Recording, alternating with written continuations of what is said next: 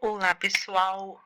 Nesse comecinho de episódio, eu vou passar aqui só para avisar que o meu microfone deu algum probleminha durante a gravação com o Kenopi, e então meu áudio vai ter algumas interferências, ele vai estar um pouquinho mais robótico. Eu tentei fazer o máximo na edição para fazer ele ficar o mais fluido possível, mas não esteja do agrado de todo mundo, então eu espero que tenham paciência, porque é um episódio longo, e principalmente que gostem. Fiquem aí com o episódio.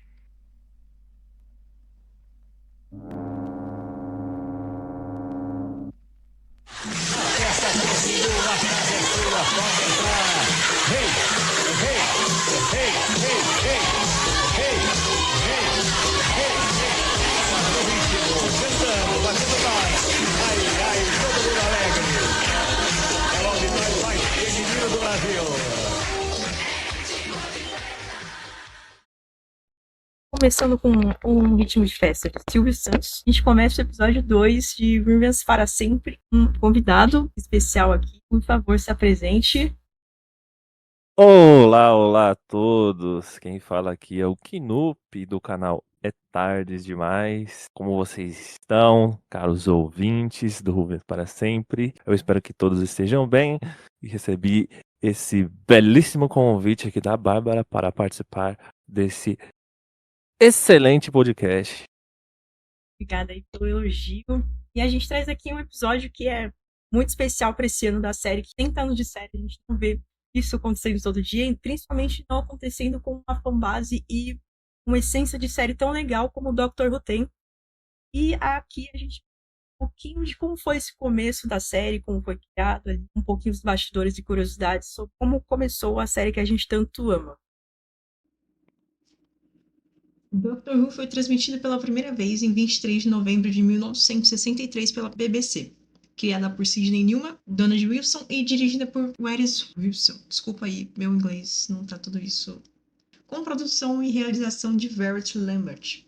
E produzido semanalmente, sendo exibido sem intervalos até 1989. Listado no Guinness como a série de ficção científica televisiva de mais longa duração no mundo e como mais bem-sucedida, sendo reconhecida por suas histórias criativas de baixo orçamento, que a gente conhece muito bem, e uso pioneiro de música eletrônica.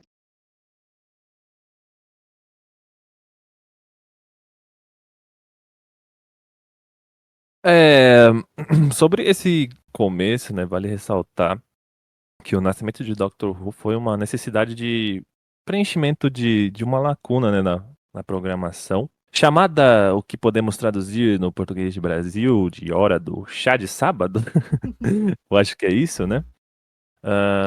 Para meio que preencher, acho que o intervalo do programa entre um programa e outro lá, né? E aí deram essa missão para essa cavalaria aí, podemos dizer assim, né? Que a Bárbara comentou. E eu acho que o nome que a gente mais lembra quando é Sidney Newman, de imigrante nascido em Toronto. Ele é canadense em 1917. Deixou em vida um longo legado. Eu nunca assisti The Avengers que ele fez, mas dizem que também, assim como Doctor Who, foi um grande marco para a televisão britânica e tal. Mas eu vou com as principais coisas até ele chegar. Ele foi fora e ele foi para Hollywood. Antes ele desenhava pôster de filme e agora ele estava indo para cinematográfica.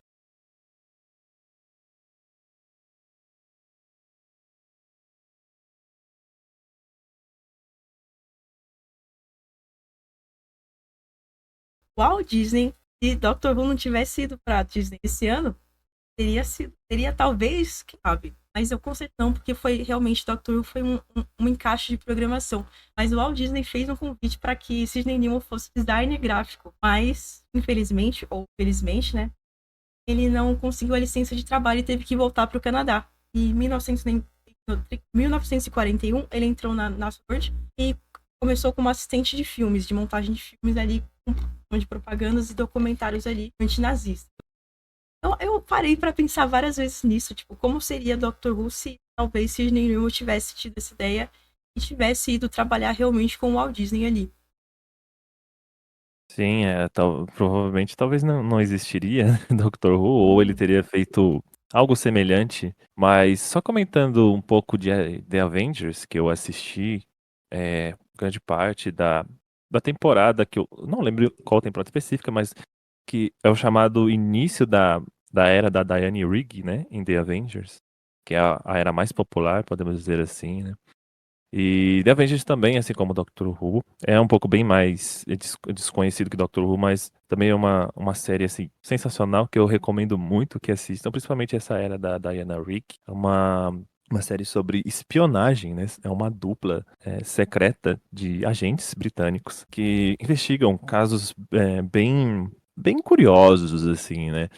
E bem esquisitos e até mesmo alguns fora do normal.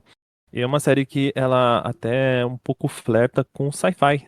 Mais à frente ela começa a inserir até mesmo sci-fi. Tem até mesmo, nessa primeira temporada da Diane Rigg, né? Tem até mesmo um episódio que é o The Cybernets, que tem um conceito parecido com os Cybermans. Mas só deixando um pouco claro que eu acho que talvez nesse período da Diana Rigg, o Sidney Newman, talvez ele já não estava mais em The Avengers, porque ele foi o criador, mas ele parece que não permaneceu o tempo todo, né? Mas ali nos primórdios de The Avengers, no caso é de 61, né? E o Doctor Who 63. Então pode ser que tenha tido muitas coisas dentro do The Avengers que ele acabou pescando, trazendo para Doctor Who, né?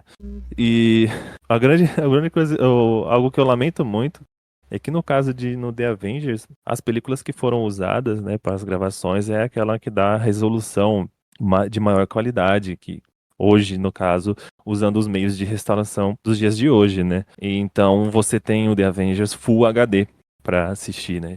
Muito bonito Legal. assim. E aí, no caso, infelizmente, Doctor Who não foi gravada com essas películas que dão uma profundidade maior na imagem. E uma última curiosidade também é relacionada aos episódios perdidos. Em relação, acho que a primeira e a segunda temporada, The Avengers tem seus episódios perdidos. E ele tem também as suas reconstruções, né? Que é as famosas recons. Então, tem as telesnaps também, que eram as fotos tiradas de cenas, né? Ou através da televisão, ou no próprio estúdio. Então tem alguns episódios que também não existem e são reproduzidos pela reconstrução, né? Pela reconstruction, que aí no caso é chamado que a gente chama de recon, né? Mas acho que é só isso, só em relação a isso. Como a gente encontra pra assistir? Então, eu tive que encontrar eu tive que pegar uns links aí, uns torrent doidos, sabe? Uns links Navegando do pela mega doido. internet, né? Aquela coisa. Navegando pela internet, É, encontra. Vou dar uma navegando pesquisada. pela internet com um tapa-olho, entendeu? E aí, eu não lembro se é um torrent ou se é um link do Mega, que no caso eu tenho um acesso. Mas aí eu tenho acesso a eles a versão em Blu-ray mesmo, em alta qualidade. E é muito lindo de ver, assim. Sabe? Muito lindo. E é legal que eu acho que depois, talvez, acho que na terceira ou na quarta temporada, ou na quinta, eu não lembro agora, fica a cores, né? As cores vêm Nossa. e aí HD e com cores aí fica muito lindo. É algo que a gente sonha, né? Sonhava, né? Pra Dr. Who ter isso, mas infelizmente o material, né? Para fazer as gravações que foram usadas não proporciona, não dá pra fazer isso, né? Eu assisti um pouquinho do primeiro Doutor e eu acredito que as cenas do primeiro episódio colorido seria muito bonito. Todo aquele cenário ali, eu sei que tinha muito elemento.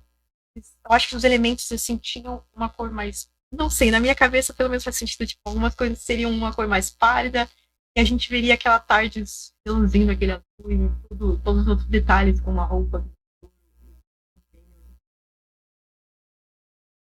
Acho que ficaria muito Não, bonito, mas lamentavelmente, né? Nunca vai ser possível. não que não seja, mas Doctor Who é uma das maiores séries de sci-fi, é icônica e tal, mas eu acho que se os meios usados de gravações fossem de qualidade, a ponto de acontecer o mesmo que aconteceu com Avengers no processo de restauração, e também o lance das cores, eu acho que o pessoal teria dado mais olhares assim pra Doctor Who e seria uma parada tipo a nível Star Trek, Star Wars, digo de popularidade, entendeu? Né? Não de relevância, De relevância pra mim, Doctor Who tem muito mais do que até Star Wars e Star Trek, né? Mas pros fãs dessas duas séries, não. Verdade, porque a gente vê até mesmo hoje o pessoal não assistindo a série. A New Who de 2005, por exemplo, por conta da falta de qualidade. Então, a gente 30 anos de série, quantos não pensaram nisso, sabe? Não, eu não vou assistir porque a qualidade não é tão agradável aos olhos. Exatamente, né?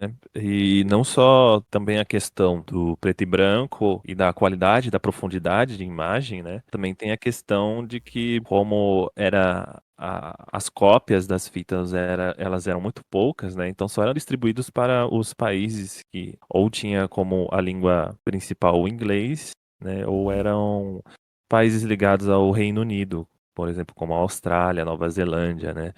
Então, teve muitos países que nem receberam essas cópias para ser transmitido. E aí também entra o fator, né, de não ter dublagem da série clássica de Doctor Who. No caso, como Star Wars tem. O Star Wars não, o Star Trek tem, né? O Star Wars ele já é de 70, então, né, já é algo mais assim, onde estava mais globalizado ali, um pouco mais do que nos 60, mas né, a logística das coisas já eram fitas, né, de VHS, não era mais essas fitas de rolo, né? Então, é, acho que esses fatores aí, tanto da qualidade da imagem e cores e dublagem e distribuição também mundial, né, que foi limitada, assim podemos dizer, né? Acho que acabou deixando o Doctor Who uma coisa rotulada muito ali da Europa e principalmente só do Reino Unido, né? Mas só depois mesmo que veio se tornar algo mundial. Até a gente parando pra pensar no nosso cenário, por exemplo, aqui, a gente foi conhecer Doctor Who de fato quando ele foi passar TV Cultura, por exemplo. Então a gente só, a maioria, por exemplo, quem começou a acompanhar Doctor Who na Cultura, ficou ali porque era uma emissora estatal e era de graça e passava ali no horário ok, sabe? Então a gente pensa, pô, se tivesse só na internet, não teria visto a série, não teria nem teria conhecimento da série, na verdade. Então isso Sim, realmente impacta muito no que a gente tem. sim, e isso, caso o pessoal não saiba, mas em relação à série clássica, era muito mais distante ainda, mesmo na época do New Who, na época que a TV Cultura trouxe Doctor Who pro Brasil, né, na época que começou a se dublar os episódios e as temporadas do New Who, da série moderna, e a série clássica, ela se mantinha mais distante ainda, né, então, no caso da série clássica, a gente só tem a série clássica legendada, os fãs brasileiros de Doctor Who só têm um contato com a série clássica por conta dos fãs, né? Eu posso cometer o erro aqui de esquecer alguns nomes, mas pelo que eu sei, né, o pessoal responsável pela legenda, pela essa coisa de entregar a série clássica os fãs brasileiros de Doctor Who, acho que foi o pessoal do Anomalia Who, o Universo Who, né, teve um pouco do Doctor Who Brasil também que contribuiu, né, no caso o Fred Pavão, a Thaís, e posso estar esquecendo outros nomes aí, mas do conhecimento que eu tenho, parece que é isso mesmo, sabe? Partiu deles legendar e trazer tanto os arquivos e tanto essa versão brasileira que são de legendas, né? Partiu dos fãs, então, né, não tem nada, não é nada oficial. Eu acho que talvez a única história da série clássica que tenha legenda oficial, se eu não me engano, é o Robots of Death, do Quarto Doutor, que saiu uma versão em VHS. E aí é aquela coisa, né? Capa traduzida, Robôs da Morte, uns negócios bem. O Doutor Ken, uns negócios bem assim. Bem literal. E aí tinha legenda lá, só que isso não é, só que é a versão de VHS. Acho que isso daí até já tá até extinta essa versão aí. Quem tem deve ser muito, muito raro. E também não deve ser muito útil pelo fato de já ter em Blu-ray, né? Então tem qualidade muito mais inferior, assim, né? Em 1952, ele foi supervisor de programas na General Motors. Era basicamente, eram peças de teatro que eram transmitidas na televisão. E em 1956, algumas peças foram compradas para exibição da BBC no Reino Unido. E essas produções que foram compradas impressionaram Harold Thomas, que era o diretor da ABC, e convidou o Newman para fazer uma série aos sábados. Ele aceitou e se mudou para a Inglaterra em 1958. Essa ida do Newman para a Inglaterra não se deve apenas ao convite, mas coincide também com o fim da Segunda Guerra e várias pessoas que trabalhavam na NBC perderam os empregos, inclusive um chefe do Newman nessa época. E nesse tempo, em 1958, Newman produziu 48 peças individuais com transmissão ao vivo. Olha isso, a responsabilidade que ele tinha, né? São peças de teatro acontecendo ao vivo ali, para milhares e milhares de pessoas verem. A audiência média era de 12 milhões de espectadores. Então, poxa, nada podia acontecer de errado ali. Sim, sim. E também é bom, no caso é uma transmissão ao vivo, mas também o pessoal saber também, é legal, né, que antigamente era tudo muito. Por que que os filmes, as séries, né, a ficção, assim, o cinema parecia mais teatral? Porque você vê que parece que é meio que, parece até que tá sendo filmado no palco, né, de um teatro, assim, até mesmo as atuações. Pela questão dos recursos, eles eram bem limitados, né, então às vezes as transmissões, os estúdios, né, de televisão, eles tinham um número específico de fitas, né, toda uma logística que eram para ser usadas, né, então era aquela coisa, ação, tá gravando, e aí vai, né, gravando a fita, sabe, vai preenchendo a fita. Errou, fita jogada fora, entendeu? Perdeu uma fita. Até no Então não documentário, tinha né, essa coisa. de Doctor Who, desculpa, a gente vê um pouquinho disso da fita, né? Eles têm um problema com a fita, que a fita, eles tiveram que refazer algumas cenas, e a fita não comportava aquelas cenas, e não tinha como cortar. Então, a gente vê isso até naquele documentário,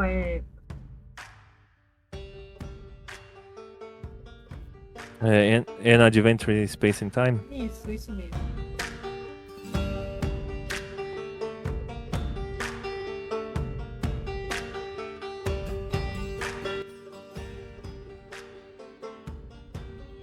Em 1952, ele foi supervisor de programas na General Motors.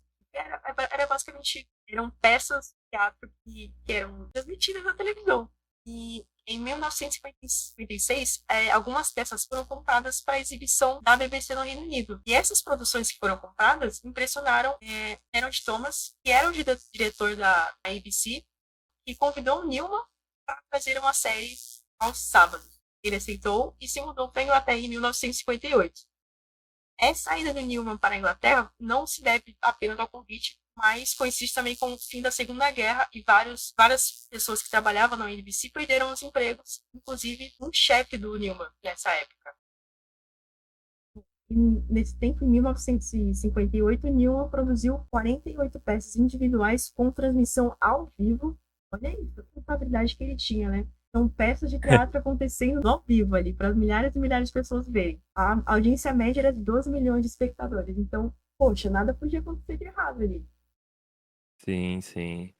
E também é bom, no caso é uma transmissão ao vivo, mas também o pessoal saber também, é legal, né, que antigamente era tudo muito.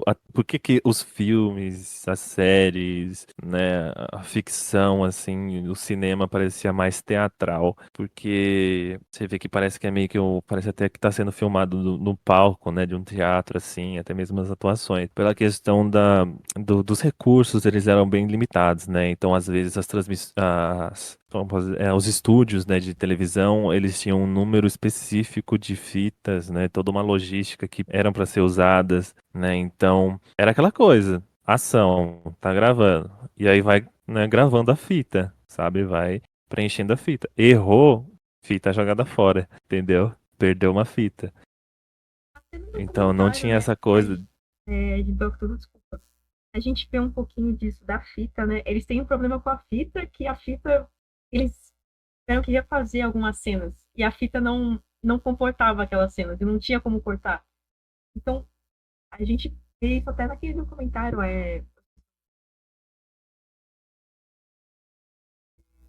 An Adventure in Space and Time. Isso mesmo. A gente tem esse negócio da fita lá também, que mostra um pouquinho de como foi. Como isso Sim, sim. limita também, né? Poxa, basicamente não pode errar, porque errando você não pode fazer uma cena para ficar melhor depois no futuro. E também você não vai ter um orçamento ali, que o orçamento a gente sabe que do Doctor Who sempre foi muito baixo, principalmente no começo. Sim, sim. E ainda mais da BBC, né? A BBC, ela era bem mais limitada ainda do que sei lá, comparado a outros estúdios, né, as outras emissoras de televisão. Então, de fato, assim, acho que o melhor tema a se usar para essa produção, nos primórdios de Doctor Who, é que o pessoal de fato tirou leite de pedra, entendeu?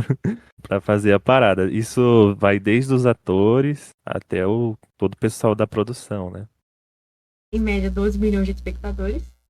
E esse sucesso de Newman na ABC foi notado pela BBC, e os executivos tentaram fazer renascer o departamento de drama. Esse departamento de drama basicamente isso, o departamento de dramaturgia de drama. E em 1961, o diretor da BBC, Kennedy Adams, se encontrou com Newman e ofereceu uma posição de diretor de drama. Newman aceitou, foi chamado para um novo desafio, que seria fazer um programa aos sábados ali. O programa devia prender a atenção dos pais que estavam assistindo a um programa esportivo e das crianças que assistiriam um painel musical que passava nesse intervalo de tempo. Então foi encomendado um programa de ficção científica e Newman já gostava. Newman disse o seguinte sobre isso. Na idade de 40 anos, não achava que existisse outro livro de ficção científica que ainda não tivesse lido. Adoro-os porque são uma forma maravilhosa e segura, adiciono, de dizer coisas más sobre nossa sociedade. Essa é uma marca registrada da ficção científica britânica e principalmente de Doctor Who, que camuflava questões políticas e sociais nas aventuras do Doutor. O Newman, então, com esse desafio em mãos, ele recrutou uma jovem mulher, que era produtora da BBC, e um diretor indiano que também trabalhava ali com eles. Corpo chique e ajudante insistente, como eles mesmos se descreviam ali.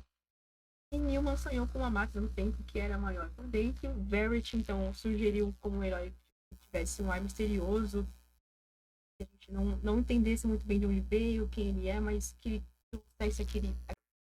Na idade de 40 anos, não achava que existisse outro livro de ficção científica que ainda não tivesse lido.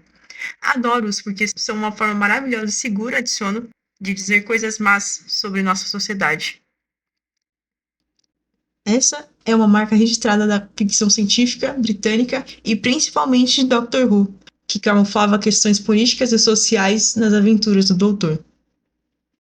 O Newman, então, com esse desafio em mãos, ele recrutou uma jovem mulher, que era produtora da BBC, e um diretor indiano que também trabalhava ali com eles. Corpo chique e ajudante insistente, como eles mesmos se descreviam ali. E Newman sonhou com uma máquina do tempo que era maior por dentro. Verity, então, sugeriu como um herói que tivesse um ar misterioso, que a gente não entendesse muito bem de onde veio, quem ele é, mas que trouxesse aquela imponência que o Doutor realmente tem até hoje. E todo aquele conhecimento sem ele mesmo falar alguma palavra, sabe? Você olha e você sente uma presença, você sente uma inteligência, você sente que você tá seguro ali. Você confia, realmente a gente confia no Doutor ali quando vê ele. Isso, e inicialmente, né, Doctor Who, ele, como você falou aí, do encaixe da programação e qual o público específico, né, que acabava assistindo ou pegando o Doctor Who ali, conforme ia acompanhando a programação. De início, o Doctor Who tinha uma proposta de ser um programa de ficção científica, mas o objetivo principal era ensinar, né, por trazer aventuras, histórias a episódios, né, e histórias em acontecimentos históricos, né, para trazer ensinamento pro pessoal que assistia. Então usava do meio da viagem do tempo para trazer o conhecimento. Então isso justifica que a primeira e a segunda temporada, o porquê que elas têm muitos arcos puro históricos ou históricos, né? Que o puro histórico é aquele que não tem nenhum elemento de sci-fi interferindo, né? Sei lá, talvez às vezes só a tarde, aí não leva muito em consideração a tarde, mas e aí o histórico em si, ele tem assim os elementos mesmo reais e juntamente o sci-fi, né? Sempre tem, sei lá, um monstro lá num período tal, entendeu? Então, a gente vê como isso era nítido, né? Na primeira temporada. É o que predomina, assim. Eu vou falar com a gente, dois jovens aí, que o Newman chamou pra fazer o desafio com ele. Eu vou falar da Verity Numbed, essa é a moça, jovem moça que o Newman convidou para fazer parte disso com ele. Ela é de Mapstate, Londres, nasceu em 1935. Ela é filha de um contador judeu e aos 18 anos ela foi para Paris e fez um curso de secretariado em Londres durante 18 meses. Eu trouxe bastante coisa que talvez não tenha importância, mas que eu achei muito curiosa. Tipo, por exemplo, ela foi datilógrafa num hotel da França, enquanto tentava aperfeiçoar o seu francês. Não é que jeito inteligente de tentar aprender um novo idioma. Ela trabalhava e ainda aprendia francês. E quebra. Muito gênio essa mulher. Sim. E ela, podemos dizer assim, que dessa equipe inicial, né, ela é quem se inclinava mais para questões mais, podemos dizer assim, progressista, né? Tanto é que ela dava várias ideias, né? Fazia várias modificações, tanto na questão dos roteiros, né? Das escritas, das histórias, que ela visse ali que não era algo, sabe, algo que não era adequado, assim. Então, muito se deve a ela, coisas como, por exemplo, sei lá, em The Aztecs, por exemplo, né? Que é um arco da primeira temporada em ter uma personagem feminina como protagonista, né? Que no caso não é o doutor. O primeiro doutor, assim, principalmente no começo, ele era mais os companions que agiam nas histórias, né? Ele só era a cabeça pensante, né? Ele era o ancião sábio, assim. Era a partir dele que vinham as ideias. E aí, a parte da ação e da trama geralmente ficava com os companions. Mas aí no caso do The Aztecs, a gente tem a Bárbara, né? Ela sendo intitulada como uma deusa, como confundida como uma deusa, e ela querendo aplicar ali no povo asteca, diante de todas aquelas coisas de ritual, né, aqueles sacrifícios, ela queria colocar impor regras progressistas, né, queria mudar com aquilo, só que aí o doutor vai lá, intervém e tem aquele lance de que não tem como, né, porque é um ponto fixo no tempo, se ela mudasse as coisas ali, talvez ela no futuro não existiria, né? E as coisas iam estar bem diferentes. Então, infelizmente, a história ela tem que correr da forma como aconteceu, né? Então a Violet Lambert ela é muito importante para isso, né, na série. E ela foi já discutir com outros integrantes da produção, já foi impedir coisas, né? Tipo de tomada de decisões aí impediu e não foram feitas. Mas então é isso. Eu acho que a Verity Lambert ela tem uma importância. E também, né, sem dizer que ela produziu o primeiro arco, né? Ela foi a produtora mesmo do Unearthly Child. E acho que também tem no documentário é, a construção da tarde que eu achei muito curiosa. A construção da tarde. Poxa, faz um lugar pra mim, só um desenho de criança. O que custa ela pedindo pros produtores? Poxa, é um programa de criança, você não tem 5 minutinhos pra fazer isso. Um cenário pra mim. Um cenário pra mim, moço. E ela vai lá, senta e espera. Eu vou sair daqui só quando você fizer esse cenário pra mim. E aquele dia que ele faz o cenário, uma cabine policial que é maior por dentro. E ela gosta. Eu não sei se realmente foi daquele jeito, mas eu gosto de pensar que foi, porque foi muito bonito. O jeito simples que ele montou ali, aquilo e realmente era muito tarde e ela também não muito obstinada, porque eu também já passei por esse tipo de coisa e nunca ser feito. E é muito chato passar por esse tipo de coisa e realmente ela foi muito decente, muito incrível em tudo que ela se propôs a fazer na série, todos os detalhes que ela implementou. Bom,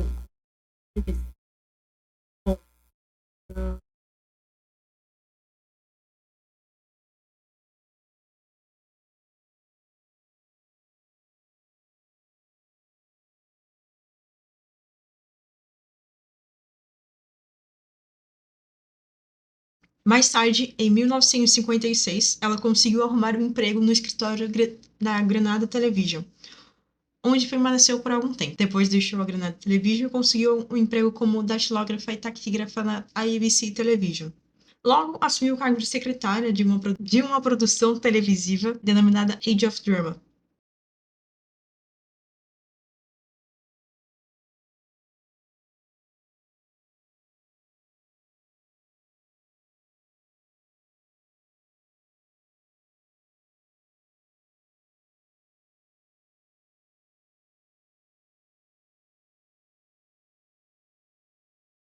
Até que no dia 28 de novembro de 1958, um fato inusitado aconteceu.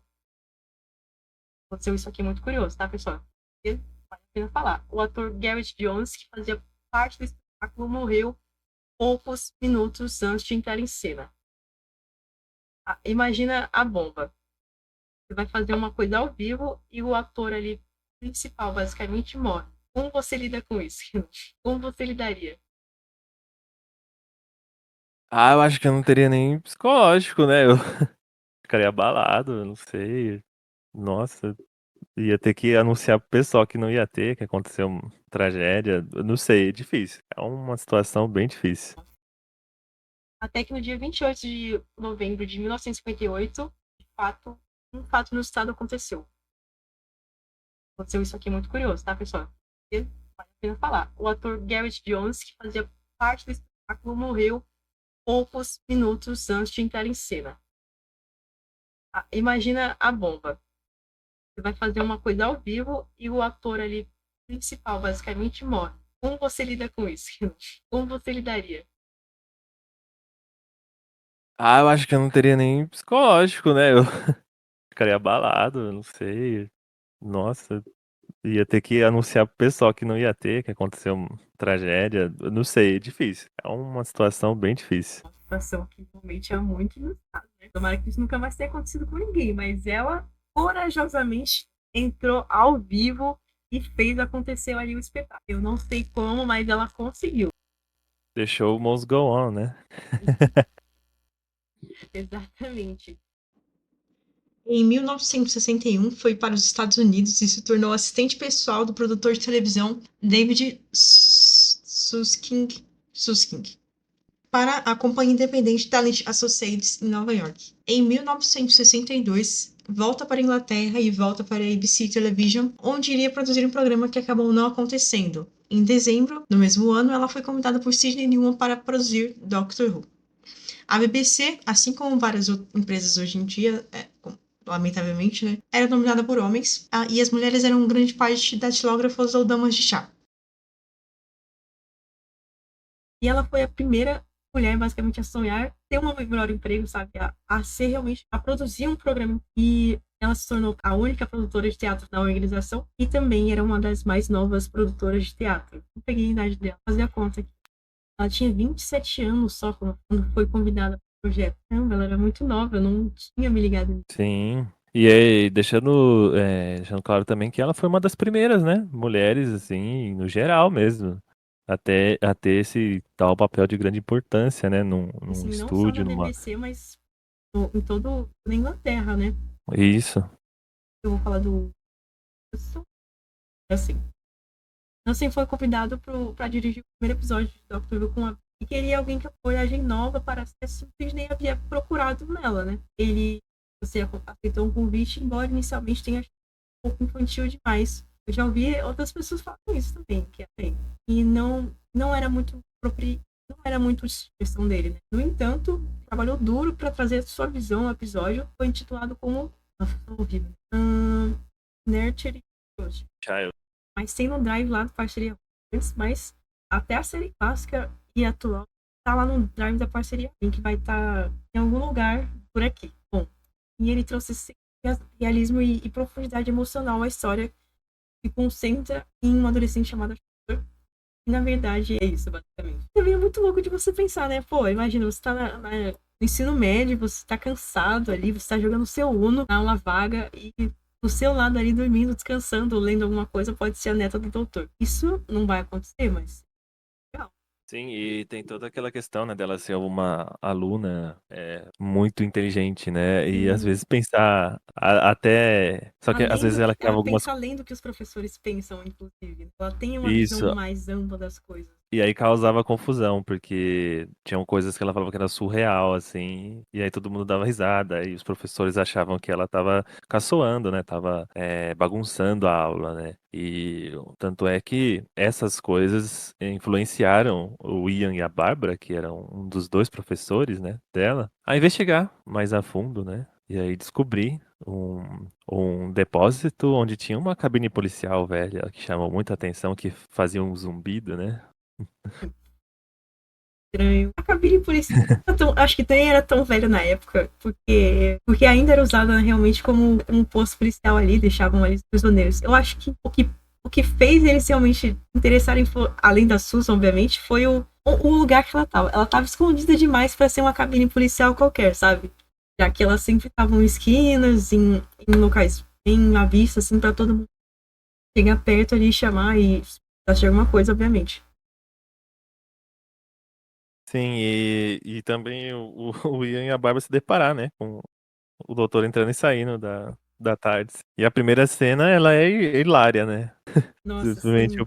o primeiro doutor, né, tratando os dois como xereta. E perguntando se eles eram da polícia, né? E você vê assim, você vê que, tipo, a atuação, né? A forma como o William Hartnell incorpora o personagem nessa primeira cena, você já vê traços de que é um personagem que vem de outro planeta, sabe? Tipo, é um negócio meio pirado, assim, né? As expressões dele, o jeito que ele fala, né? Para causar essa sensação mesmo de estranheza, né? Tanto no público quanto também ali dentro da ficção, né? Pros professores, no caso, pra Bárbara e pro Ian. Pô, ele age realmente como se eles fossem fofoqueiros. Eles são, né? Fofoqueiros ali. Tão curiosos ali, cara. Senhor, você é um senhor, com todo respeito, mas a gente realmente quer saber o que aconteceu. E a gente realmente tem essa coisa. A gente quer saber o que no primeiro episódio eu senti muita sensação. A gente fica muito curioso pra saber quem ele é. E ele traz essa curiosidade pra si, mas ao mesmo tempo quer que você se afaste. Mas é muito contraditório isso. Tem uma coisa, ele fala pra você se afastar, mas ao mesmo tempo é uma coisa que chama você para querer conhecer mais, saber mais sobre ele ali, o que está acontecendo ali em volta dele.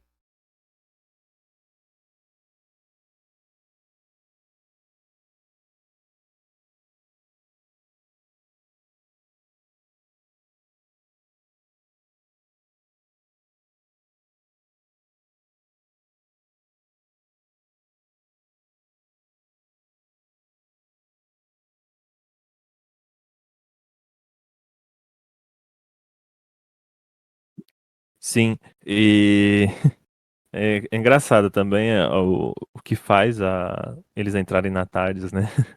Simplesmente a insistência dos dois, e aí a cena é muito boa. E, assim, é, talvez esse, assim, talvez eu possa considerar que esse seja o episódio essencial para qualquer pessoa introduzir a Doctor Who. Só que aí tem todas aquelas questões, né, de ser algo do cinema antigo. Então tem algumas pessoas que não vão se adaptar fácil a isso, né? Eu não tenho isso também. É uma atuação mais teatral. Eu acho que se a pessoa não estiver acostumada nisso, ela vai ter um pouco, muito estranheza nisso também. A atuação de todo mundo é muito teatral, assim, muito mais expressiva do que as atuações que a gente vê hoje para televisão mesmo, que já são moldadas para televisão. Mas antes, eu acho que eles tinham mais essa coisa teatral. Eles, acho que vindo de teatro tinham isso. De atuação, interpretar com todo o seu corpo ali o que está acontecendo, todas as falas mais impacto, muito, muito teatral mesmo. Sim, a teatral e ainda mais tratando de Doctor Who e da BBC, né? Que tinha muitos poucos recursos, como eu falei anteriormente sobre as fitas, então tinha uma certa limitação. Então o que geralmente eles faziam, eles se reuniam até mesmo em horário fora do expediente, né? Os atores, para ensaiar, assim, como se fosse, sabe, uma peça para, sei lá, uma escola, sabe, aquelas peças de escola, assim, de ensino fundamental. Sim. Eles ensaiavam várias e várias vezes, e quando chegava no estúdio, ensaiava com as coisas ali, né? Tipo, com, sei lá, vai que alguém precisa pegar um objeto, fazer tal coisa. Ensaiava ali e rodava o take e tinha que mandar bala, assim. Então, a grande maioria das coisas foram gravados da série clássica, principalmente esse começo, essa primeira temporada. A segunda eu já não sei, né? Porque eles mudaram para um estúdio maior e tal. Mas principalmente a primeira temporada. Ou se não foi gravado no primeiro take, foi no segundo. No segundo take, sabe? Uhum. Tem que ser tudo muito certo aí. Tem que Sim, sair tinham sem coisas que erro. não. E tinham coisas, sei lá, que não ficavam boas. Aí eles meio que cortavam ali, né? Não colocavam o produto final. Então. É muito interessante isso, né? E então é por isso, esse é o motivo das atuações serem bem teatral, assim. Tinha muito improviso, né? O Hartnell ele era conhecido por às vezes irritar e às vezes agradar, assim, os produtores, né? Os diretores. É, porque ele gosta muito de improvisar e fugir um pouco do texto, sabe? Tipo, escrevia tal coisa, só que ele não fugia do foco ali, do objetivo da cena, sabe? Mas aí ele fazia um outro texto. Então, como tinham poucos takes e tal, aí algumas pessoas ficavam meio com ranço dele, assim, sabe? De, pô, eu escrevi isso e o cara falou outra coisa. Parece que o cara tá debochando da minha escrita, sabe? Bom, agora que você deu o gancho, mesmo sem saber, a gente vai falar do próprio. E eu achei O muito homem. fome. É. Bravo. É os guri, hein? Vamos lá, pessoal. William Harry Hartson nasceu em 8 de janeiro de 1908 em Londres, filho de Lucy Hartnell, mãe solteira. Ele nunca chegou a conhecer o pai, apesar dos esforços da mãe e dele mesmo. Também não tinha dados suficientes na certidão de nascimento dele para facilitar. Ele largou a escola precocemente, se envolveu com pequenos crimes e delitos quando adolescente. Aos 14 anos, conheceu o colecionador Blacker através do clube de boxe para o guardião não oficial que o ajudou a entrar na Itália. A única biografia publicada dele é a de sua neta, Jessica. Tá lá. A vida e a carreira foi publicado em 1996. A biografia traz delicados como genial. Ele começou a beber juventude e ao longo da carreira teve problemas em seu vício. Às vezes era vício. Em algumas ocasiões, chegou a comparecer a gravações de programas de televisão alcoolizado. Causou problemas de produção, além de agravar a sua doença ar...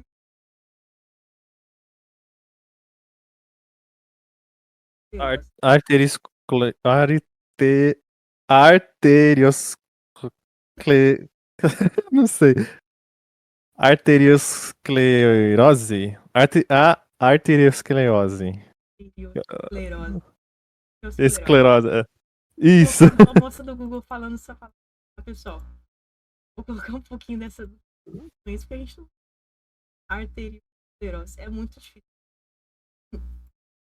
Arsenal ele sempre tratou abertamente sobre esse problema com o alcoolismo, muito sobre as espectadores que lidavam também. Ele serviu ao exército na Segunda Guerra Mundial. Eu não sei. Em 1939. Foi chamado ativo em 1980.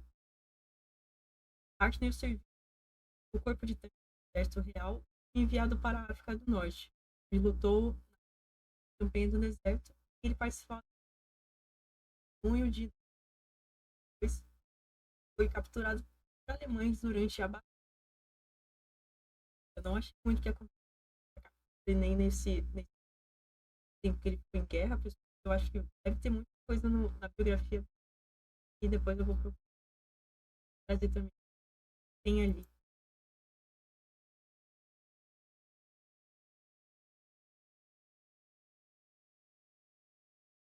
Acho que tem 2 anos como prisioneiro no guerra da Itália e na Alemanha, incluindo o conhecido campo de prisioneiros de guerra Stalag Luft III. Conheci esse nome.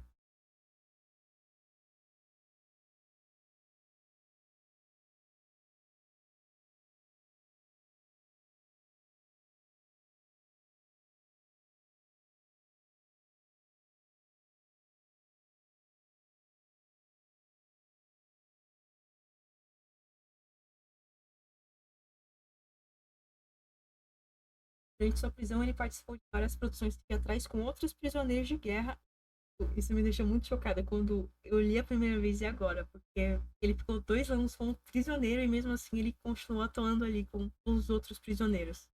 E deve ter sido uma força dele incrível para fazer isso.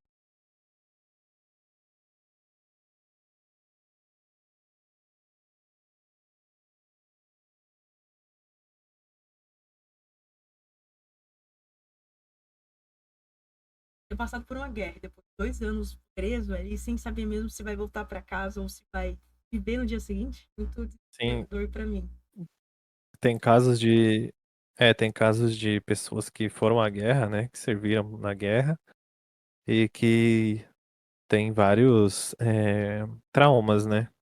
E até mesmo dificuldade, até mesmo de sair de casa e ouvir barulhos, por exemplo, de avião, helicóptero, que acaba remetendo ao período da guerra, né? Então, de fato, aí o William Hartnell é um cara aí muito forte mesmo, né? Foi liberto em 1905, retomando a sua vida, que ele não para, né? Ele continua. Ele é bem igual ao primeiro doutor mesmo, teimoso lá. Ele é muito Mas a teimosia dele é certa, ele sempre vai fazer a coisa certa. sim, sim. Ele foi teimoso, nunca ser Exatamente. esquecido. Sua experiência no exército muito na ajudou ele a se tornar mais versátil. Ele falava pouco sobre suas experiências de guerra, e eu entendo completamente isso, né? Porque, poxa, foi muita coisa que ele deve ter Difícil. passado, né? Eu não É. consigo nem imaginar o que ele deve ter. Realmente, lendo a biografia, ver se ele realmente ficou uma coisa mais pra neto, mas eu acredito que não. Eu deve ter coisas que Sim. ele já superou de um jeito muito que a gente não esperava, assim, a gente não espera que alguém como esse, ele continuou atuando lá dentro, ele atuou e a cabeça dele, eu não vou horrível, Sim, né? tá na cabeça dele por Começando, um tempo. sim, começando pelo fato dele não ter nunca conheceu o pai, né? Depois ele ter lutado uma guerra e então foi algo de muito impactante assim, né? Acho que é algo óbvio, né? Muito Uhum. impactante para qualquer pessoa seria, né?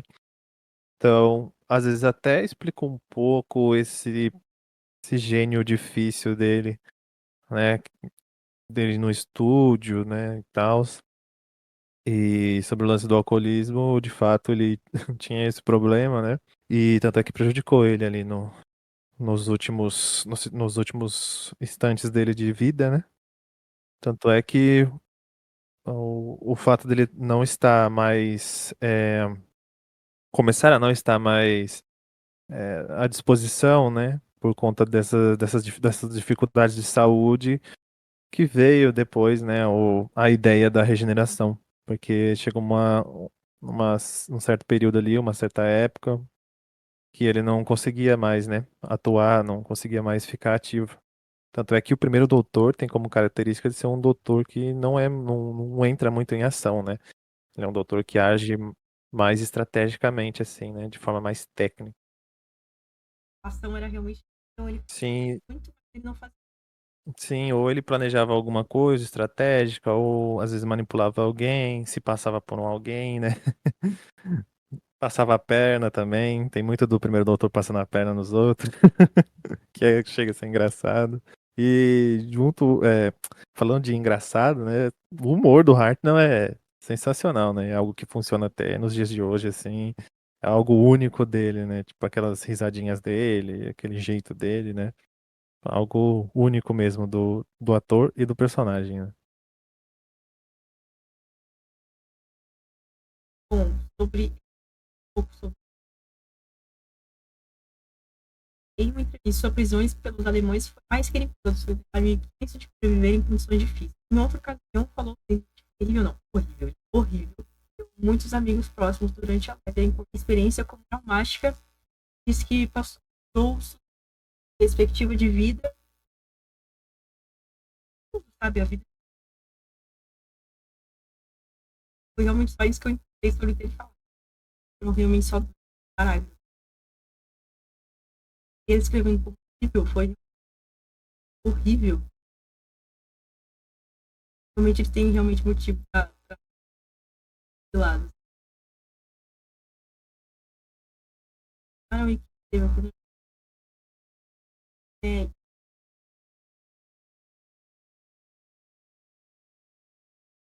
Courtney, em suas memórias de áudio, que durante a gravação de The Dalek Courtney mencionou ser fiel no set.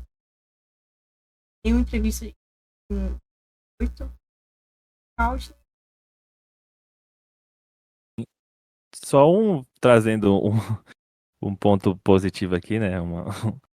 do Hartnell, que, curioso, né? No caso não é nessa temporada, é na próxima, mas no arco The Crusade, né, tinha uma linha de fala que insinuava meio que um ato de incesto, né?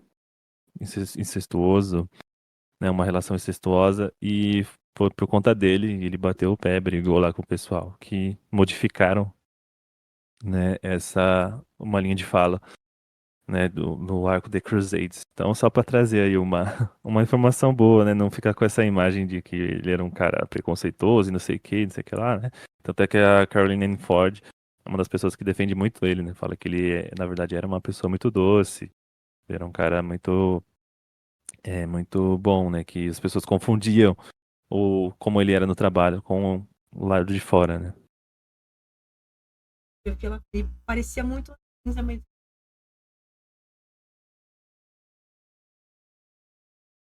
Sim.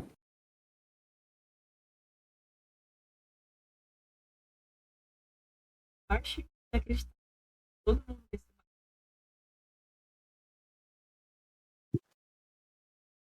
barco acreditasse pela BBC programa para prender a atenção. Não era fácil, esse não era um desafio.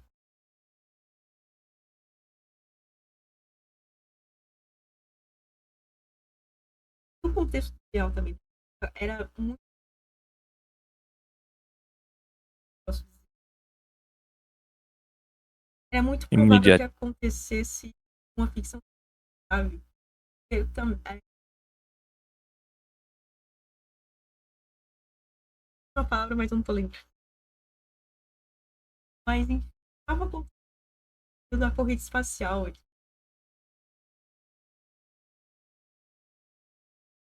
E a Rússia, principalmente por estar mais próximo, fez coisa por causa disso.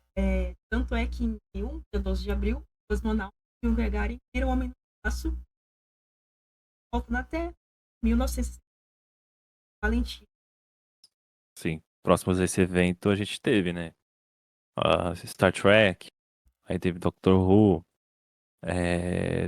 teve vários programas de ficção, até o próprio Avengers um pouco antes de 61, né? Tinha, como eu falei, tinha alguns traços, algumas tendências para ir para o gênero do sci-fi, né? Para ficção, né? Às vezes era mais focado nessa coisa de espionagem mesmo, né? De conspirações, né? De planos contra o governo britânico. Mas também tinha alguns experimentos ali à frente do seu tempo, né?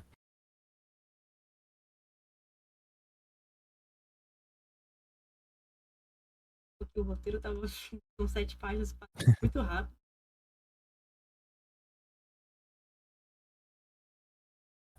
Só adicionando um ponto nessa questão do desacreditados, né? De fato, eram mesmo desacreditados, até mesmo por conta dos recursos limitados da BBC, da época, né? Como eu falei, tinha uma certa limitação no uso de fitas, né? De gravações, então os takes tinham que ser gravados assim de imediato, às vezes um ou dois takes, né? Senão a fita era inteiramente descartada. Era difícil fazer um corte manual nessas fitas, né? Tipo, diferente da música, onde tinha muita prática do corte manual mesmo, né? Das fitas de áudio, né? E existia uma alimentação muito grande. Então o pessoal tinha, sei lá, um orçamento de uma Coca-Cola e um, Uma coxinha. e um pastel e uma coxinha, exatamente isso, né? E então tinha muita coisa de improviso, o estúdio mesmo que eles tinham à disposição era muito pequeno, assim, sei lá, não chega a ser o tamanho de um banheiro comum, né? Digo assim, dizendo assim, comum, né? Porque varia, né? Se você pega casas assim de pessoas mais com mais dinheiro é maior, mas enfim, imagina uma sala assim, mais ou menos um tamanho de uma sala padrão comum assim, né? Era algo bem pequeno, bem curto, tanto é que tem até as fotos mesmo deles gravando algumas cenas e o que é impressionante, o que é incrível é que você pegando esses arcos que tem, né, as filmagens completas, né, tirando esses que estão perdidos, foram reconstruídos, a gente consegue perceber o que parece que o espaço é bem maior, né, mas tinha toda uma técnica ali de ângulo, de filmagem, de cenário, né, para mostrar e parecer que era algo bem maior, o lugar onde eles estão. Então, tipo, não parece, né, que é um lugarzinho pequenininho. Que é um ovo. E exatamente. E então é totalmente desacreditado. Tanto é que Doctor Who, eles nem imaginavam que Doctor Who ia se tornar o que é hoje, sabe? Ou o que foi quando alcançou lá na época do Tom Baker, que foi a era mais popular, assim, da série junto com a era Tennant, né? E então era um show assim que eles. Um programa que eles imaginavam que iria passar na TV e depois já era. Porque tem vários e vários programas. Não foi só Doctor Who que teve fitas perdidas, né? Mas teve vários e vários programas que a gente não tem a oportunidade, não vai ter nunca a oportunidade de ver como eram. Porque era armazenado com fitas físicas mesmo, né? Não é igual hoje que a gente tem um pendrive ou uma nuvem que dá para guardar milhões e milhões de arquivos e fazer cópias e cópias. Você tinha algumas cópias ali, mas elas eram contadas, tinha toda uma logística e tinha uma biblioteca também. E isso explica, né, o motivo de várias fitas de Doctor Who ter sido destruídas, porque até um certo momento a biblioteca da BBC começou a ficar cheia, né? E Doctor Who foi se prolongando, né? Se mantendo no ar várias e várias fitas, vários episódios. E foram aparecendo novos programas da BBC. Então foi ter que ter feito uma limpa ali. Foi preciso ter feito uma limpa para armazenar fitas de outras programações. E aí ocorreu, né, a famosa o famoso evento da destruição das fitas, né? Tem até uma foto que não sei se realmente confirmar se aquela foto ali tem alguma relação com o Dr. Who, se aconteceu ou não. Aquela famosa foto das fitas destruídas de uma calçada assim, de uma Aquela rua, acho que famosa foto. Eu também sinto falta de ou não. então, dizem que é a calçada do estúdio lá da BBC, né? Da biblioteca da BBC, né? Mas algumas pessoas não têm total confirmação disso, né? Mas então esse é o motivo, né, das fitas perdidas, porque tinham muitas poucas cópias e era tudo guardado assim de forma física mesmo, as fitas, né? Não tinha Agora, essa se você coisa a gente de. parar pra pensar também nos equipamentos, né? Sim. Beleza, hoje uma câmera ainda é um trambolho, mas antes a câmera era um trambolho 3 vezes maior. Muito Sim, mais era um quente trabalho. do que agora, sabe? Esquentava, então era tudo muito mais. Acho que é muito mais propenso a dar ruim, sabe? Foi o que eu. Sim, até mesmo os recursos para fazer os efeitos práticos, assim, dos aliens, dos lasers, essas coisas, né? Porque assim, eu sempre falo, né, que quando alguém começa a assistir Doctor Who, principalmente a série clássica, no início começa a achar meio tosco, assim, demais, né? A produção, né? As fantasias. Mas com o tempo você vai se acostumando e também adquirindo informações mais aprofundadas, se torna algo admirável, assim, porque de fato os caras fizeram um total esforço, né? Um exemplo também na segunda temporada é o arco Web Planet. Ele tem todo um, ele tem todo um cenário assim bem psicodélico, mas aí você nota que acho que no primeiro episódio e no segundo a câmera tá meio borrada, né? E por muito tempo acreditava-se que aquilo era algum defeito da câmera, mas não, eles pegaram vaselina e passaram nas lentes das câmeras para dar esse efeito como se fosse uma sensação de algo psicodélico, de um sonho, sabe? Né? Sim, sim. Então, e ocorria muito isso, deles improvisarem, sabe, para efetuar um tipo de efeito prático, e se torna algo muito admirável, assim. E se você for ver, cara, de fato eles tiraram leite de pedra mesmo, diante de todas as limitações, e ainda saiu algo muito bom, né? Fica longe, assim, de ser algo muito ruim, né? Saiu muito bom, assim, o resultado de tudo. Eu fico imaginando também o pessoal assistindo, por exemplo, The Daleks, né? Aquela cena onde os Daleks têm o primeiro contato com o doutor, que ele tá no chão, assim. Assistindo numa televisãozinha pequena, em preto e branco, com um áudio meio chiado. Cara, aquilo deve ter sido assustador, de verdade. Deve ter sido um momento icônico. né? E então era isso. Então só depois, mais à frente, que o Doctor Who se tornou popular e aí pesou essa questão das fitas destruídas. E as fitas serem recuperadas, muitas delas, e algumas estando perdidas, é por conta daquilo que eu falei no começo, né? Em relação às fitas e às distribuições, que ainda alguns estúdios preservaram algumas das fitas, né? E algumas delas caíram em mão de colecionadores. E existe ainda boatos e lendas que tem muitos colecionadores por aí que têm fitas de arcos que estão perdidos, né, de episódios que estão perdidos do Doctor Who até hoje, só que eles não abrem mão delas, não devolvem elas, por serem colecionadores apenas, né? Nossa. E como é que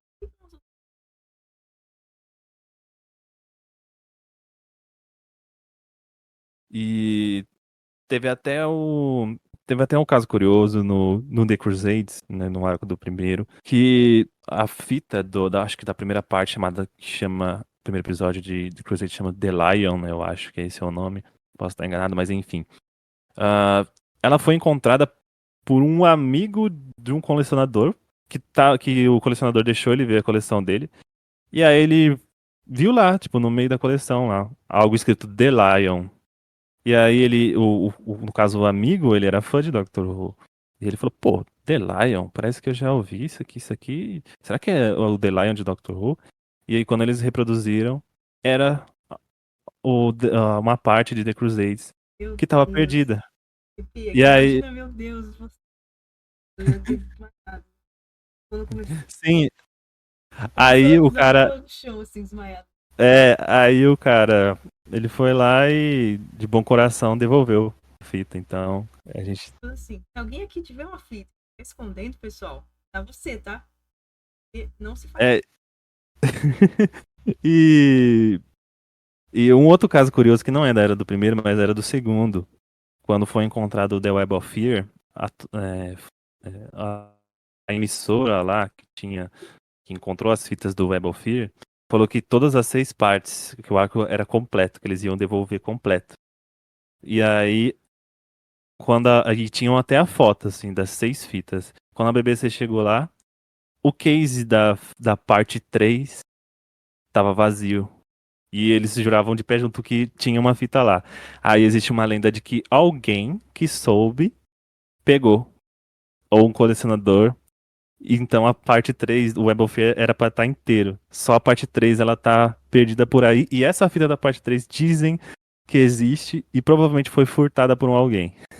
Caramba, olha isso. Sim. É bizarro, assim, essa coisa de fita perdida, de episódio perdido. Dá um documentário, não é à toa que o youtuber australiano Josh Asneris fez um mini documentário sobre as fitas perdidas, né? Sobre os episódios perdidos e contando um pouco da curiosidade. Que tem muita história muito maluca, assim.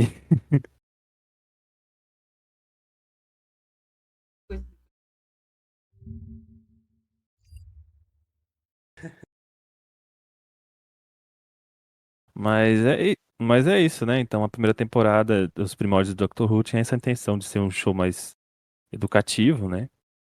E então você tem histórias como o One Every Child, que é lá na pré-história, né? Do ser humano. E aí tem Marco Polo, né? Que conta toda as viagens, né? As jornadas de Marco Polo. Tem o The Aztecs, que fala do povo azteca, né? E o Reign of Terror, que no caso é sobre a Revolução Francesa, né? Então tinha toda essa ideia. E aí no meio tinha os mais intencionados para puxar pro lado do sci-fi. Um deles é o Terry Nation, né? Que só foi o criador dos Daleks, né? O cara que idealizou e criou, o cara por trás de toda a lore, de todo o desenvolvimento, de tudo do Dalek, né?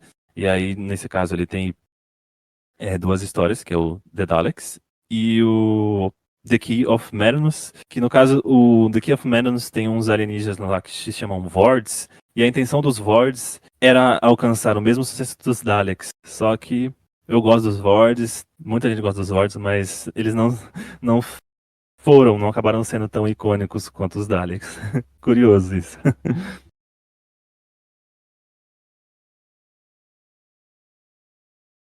Sim, Fora isso, né? Aqui, no caso, quem for assistir a série clássica vai se deparar com o Marco Polo, que infelizmente mesmo, é uma história completamente foi perdida, né? Teve suas fitas destruídas. E o Marco Polo é um arco muito bem escrito pelo John Le Carrotti, né? Que é um dos escritores aí que eu considero como subestimados, né? O pessoal usa o termo em inglês que é underrated, né?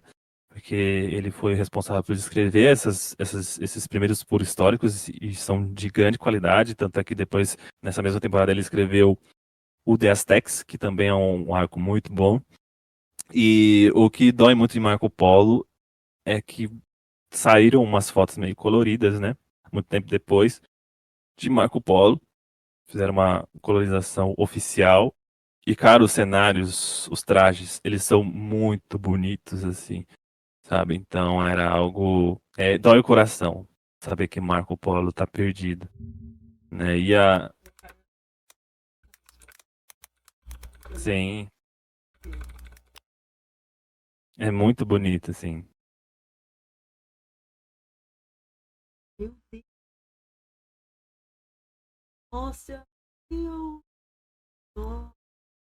Deus. É isso. Sim, olha os detalhes, olha os detalhes assim dos trajes, sabe? Tipo, olha o cenário. E tudo isso feito num estúdio pequenininho, né? Sabe? Tipo, olha a decoração das cenas. Nossa, os detalhes das roupas, as cores das roupas.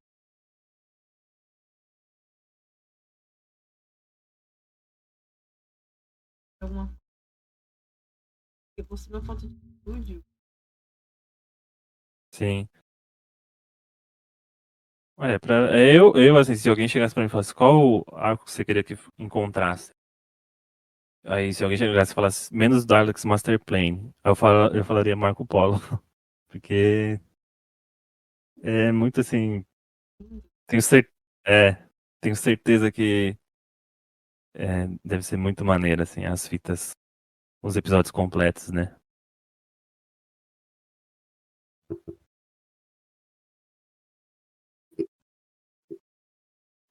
Deixa eu ver o que eu posso falar mais de curiosidade.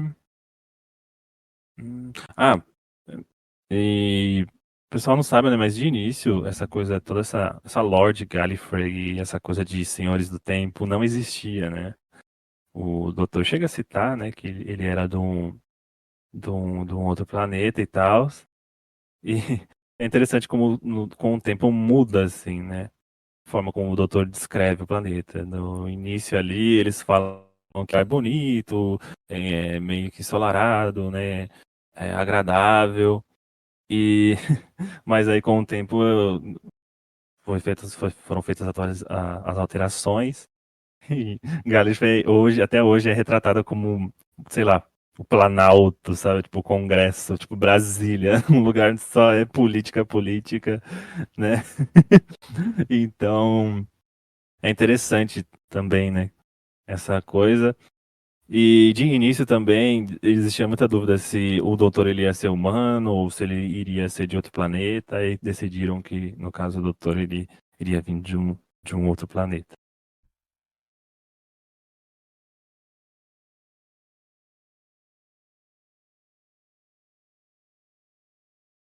Muita coisa que foi só apresentada. A história realmente.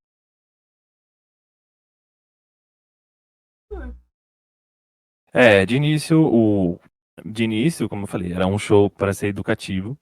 Então, só eu usar a ferramenta da viagem no espaço-tempo para levar a fatos históricos e ensinar o público, né? Então, essa ia ser só uma explicaçãozinha rasa. Ele veio de outro planeta, entendeu? Ele tem uma neta, e é isso. E a cabine policial é maior por dentro do que por fora, e é isso, entendeu? Aí iam só fazer as viagens para esses eventos históricos e iam ensinar o público. Aí com o tempo o Doctor Who começou a ficar algo mais culto, podemos dizer assim, não sei. E aí o pessoal foi se aprofundando mais na lore, entendeu? Aí tornou mais popular, aí o pessoal acabou estruturando mais, né? Tanto é que os Senhores do Tempo, eles aparecem pela primeira vez só em The War Games, né? Que é o último arco do segundo Doutor. Sim. E aí, no caso, a gente teve a Dalek Mania, né? Que não sei se. Acho que a Dalek Mania, ela às vezes é dita como um mito ou é dita como que realmente aconteceu, né? Algumas pessoas falam que foi meio que um exagero, que não teve nenhum movimento desse, outras dizem que teve.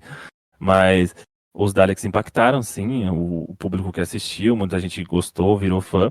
Mas aí só lá na segunda aparição dos Daleks, que é no The Daleks Master Plan, que é da segunda temporada, que aí veio esse lance de Dalek Mania, né? Que tem até umas fotos de uns desfiles dos pessoal lá com os Daleks, assim. Os Daleks viraram meio que uma febre. E a partir daí se tornou meio que obrigatório toda temporada ter uma história Dalek, né? E isso daí só foi quebrado na era do segundo Doutor, quando o Terry Nation ele se afastou um pouco da BBC e estava tentando se encaixar um pouco ali no cenário americano, né, de cinema. Acabou não dando muito certo. E aí, tanto é que o segundo Doutor ele só tem duas histórias Daleks, né, que é o Power of the Daleks e o Evil of the Daleks, e depois os Daleks não aparecem mais. Eles só voltam a aparecer em Day of the Daleks, que é um arco do terceiro Doutor, depois de muito tempo, só lá nos anos 70, né?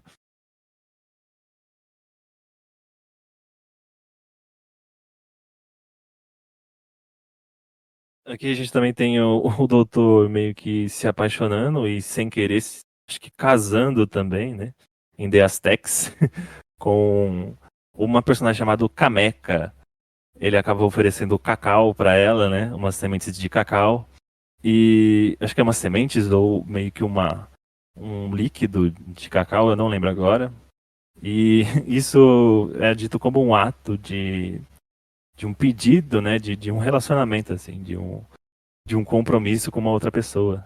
E aí o doutor meio que acaba cometendo esse erro. E aí é muito engraçado e muito hilário a expressão facial que ele faz quando, quando isso acontece. Dá um zoom na cara dele, assim. Der Cacau Isso não acontece. case. E daí que surge de se beber não case, né? Se der Cacau não case. É, exatamente isso. O primeiro doutor também tinha como característica de dizer que sabia, mas não sabia pilotar tardes, que isso influenciou muitos outros doutores. Um exemplo é o quinto doutor, que é muito atrapalhado com a tardes dele, né? A grande prova disso é o quanto que a Tegan, né, a companhia do quinto doutor, fica pedindo toda hora para levar ela de volta pro tempo dela, né, que era em um aeroporto na Austrália. Então, o primeiro Doutor tem muita influência, né? Também na parte do humor, principalmente na segunda temporada, onde começou a colocar mais humor, né? O The Romance é um arco declaradíssimo, né? Como inteiramente de humor, ele é um arco bem pastelão, assim, bem, tipo, meio besta no bom sentido, né? De ser engraçado.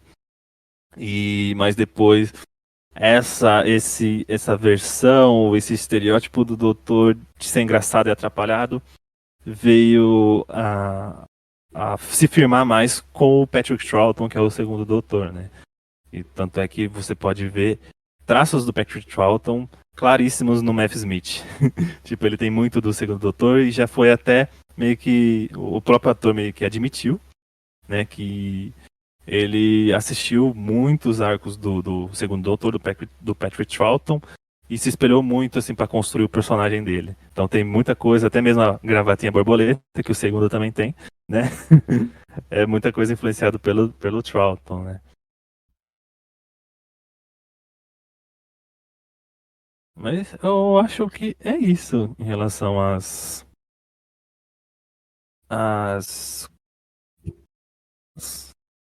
às curiosidades. Eu vou passar uma informação aqui, mas eu não tenho total certeza. Eu acho que talvez ou foi em The Ring of Terror, ou foi na segunda temporada, em algum arco específico, que eles ganharam um estúdio novo, né? E o programa, ele foi renovado, a série ela foi renovada. A BBC assinou lá os papéis e falou, tá renovada, vocês vão ter que fazer uma segunda temporada, né? Doctor Who sobrevive ainda. E aí eles ganharam um estúdio maior, que possibilitou, né, uma melhoria nas produções dos cenários. Isso, né? O Então a gente sucesso tem que fez. The Roman, Então a série tem o, só pedia orçamento. a primeira temporada ela era experimental, né? Falou assim, vamos ver se vai dar certo com essa intenção de usar a viagem do tempo para ensinar o público, né? Para ser educativo. Deu certo, né? Muitos dizem que é mais por conta dos Daleks, né? Que acabou criando ali, impactando todo mundo gostou, assim, né? Foi uma parada bem marcante. E aí, foi renovado. Tipo, a BBC falou, beleza, tá dando certo, tá dando audiência, então tá renovado. Vocês podem fazer mais uma temporada. E aí ficou até os anos 80, até a era Sylvester McCoy, né? E realmente, dizem os boatos que rolam por aí é que você. Eita! Os Dr. Who aí. É os que falam por aí. Enciclopédia? Não, não sei, não, eu não posso dizer que eu sou uma enciclopédia, não. Acho que não. Um dia ainda eu vou chegar ao nível de ser um PVC, um Paulo Vinícius. Dizem que esse doutor ali, por isso sabe tanta coisa. Isso, boatos, né? É só mesmo. É admiração, mas pela admiração mesmo da série, né? Uma parada assim que eu me interesso muito, leio bastante. Tem até os documentários, né? Que são feitos tanto pelos Blu-rays e tanto pelas versões de DVD mesmo, né? Então, é mais por isso que eu. E também os criadores de conteúdo, né? No caso no YouTube. É por isso que eu tenho bastante informação, assim. Essas Então informações, né? você não nega que você conhece o doutor. Isso. Que eu não conheço, como assim? Ah, não, peraí, eu falei. Não nega que conhece o doutor, é isso? Eu não vi negação Sim. na frase. Tá falando que sabe, mas aí não falou que se conhece. É um mistério pra vocês aí. Eu acho que. É, não sei, não sei, não sei. Tá no nome, né? Doctor Who, então é sempre um questionamento, né? Sempre fica um mistério aí. Mas Por mais que tentaram quebrar esse mistério, mas enfim. eu espero que não consigam entender esse mistério que eu gosto. Gosto muito desse mistério de Dr. Ken aí. Sim. Vamos usar o jabás no final do áudio, né? Onde a gente pode encontrar você? Então, pessoal, acho que muitos que estão ouvindo esse excelente podcast me conhecem pelo canal do YouTube, que é o É Tardes Demais, para quem não conhece, então vou deixar registrado aqui. E lá eu faço conteúdos de Doctor Who. Trago tanto quadros como Conversa de Ruven, que eu chamo um convidado e a gente fala aí por uns 50 ou uma hora, né, sobre um determinado assunto. Quanto também eu trago episódios de curiosidades, né, em formatos de mini documentários. E também de rankings, né? Esses vídeos que são divertidos, né? Que o pessoal gosta bastante de melhores episódios, meus episódios favoritos, meus personagens favoritos.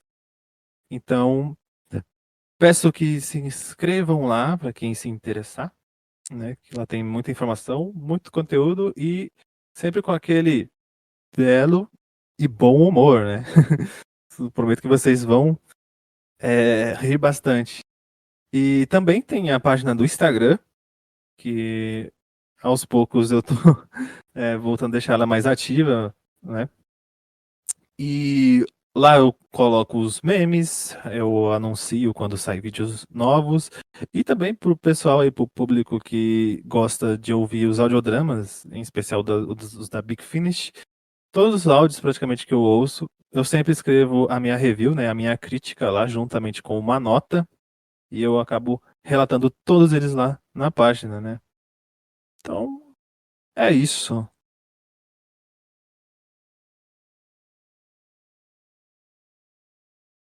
Parceria Ru. Facebook, Parceria Ru também, para sempre. E no Instagram, para sempre. Amazon Podcast. Outros agregadores aí de podcast. É isso aí, pessoal. Sigam aí o Rubens para sempre, né? Também lá com parceria lá com o Parceria Ru, né? No YouTube, no Spotify, no Instagram também, né? Vamos dar aquela força para esse podcast que com apenas 2 episódios já se mostra ser excelente, né? E tem muito e provavelmente vai oferecer muito mais conteúdo de qualidade pra gente. Já tem roteiro. Próximo episódio pronto, tá? Queria falar, não, mas já tem um roteiro Olha, sobre David e outra pessoa aí. eita. Então aí, ó, você que tá ouvindo, já começa a seguir aí o Rubens para sempre para você não perder aí o que vem a seguir aí. Não esquece. É demais, é muito bom mesmo. Tudo que ele faz. Recomendo muito. Obrigado. Mais uma vez, muito obrigado por estar com a gente. Muito obrigado mesmo também de ter. Pode falar. Precisa no coração. Muito obrigado mesmo. Pô, eu que agradeço o convite, gostei demais de participar desse episódio, muito feliz, muito contente, espero que todos que ouçam gostem bastante. E, pô, mas eu adoro falar sobre essa série clássica, principalmente sobre a Era Hartnell, né, que é uma das minhas favoritas. E é isso aí, tamo junto para qualquer coisa, para voltar aqui. E também, né, como eu falei no vídeo lá do nosso Conversa de Whovian, da primeira temporada do New Who, né, você ainda vai voltar a aparecer lá no canal. Ainda vamos falar sobre mais outros assuntos. Eu gostei demais de participar. Esperando o deixem. Spotify, eu acho que não dá pra deixar like ainda, mas deixa um comentáriozinho aqui. Vai lá no Instagram dele. Dá um like. Comenta. Dá um engajamento. Isso aí, galera. Então, até o próximo episódio. Isso. Valeu, falou!